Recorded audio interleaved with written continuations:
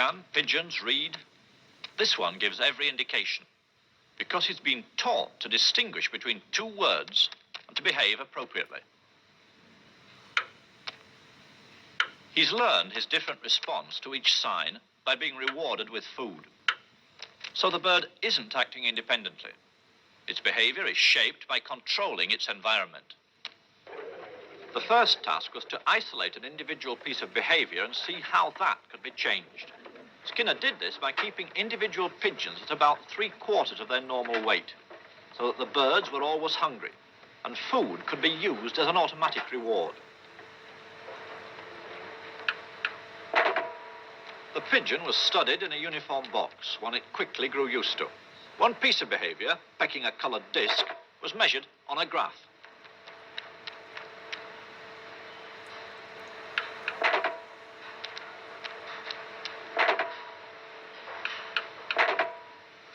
The pigeon learned that pecking the disc produced a reward.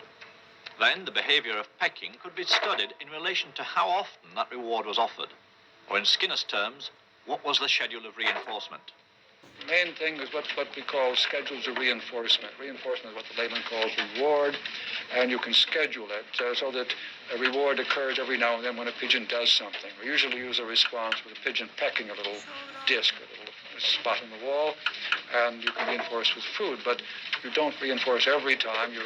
Perhaps every 10th time, or perhaps only once every minute or something like that. There are a very large number of schedules, and they have their special effects.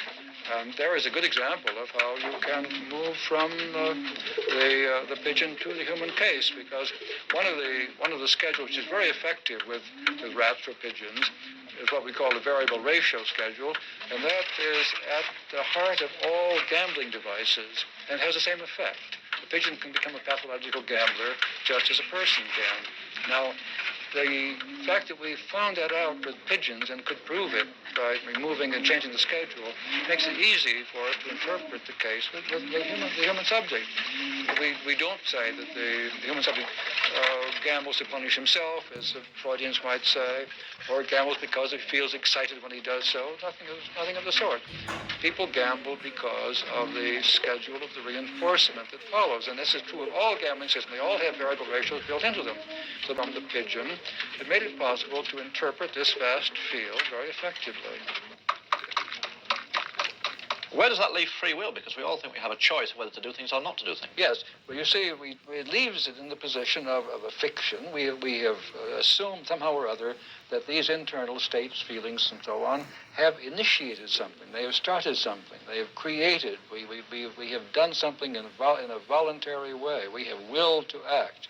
If you now look at the actual history, we find that there are external reasons why this has happened.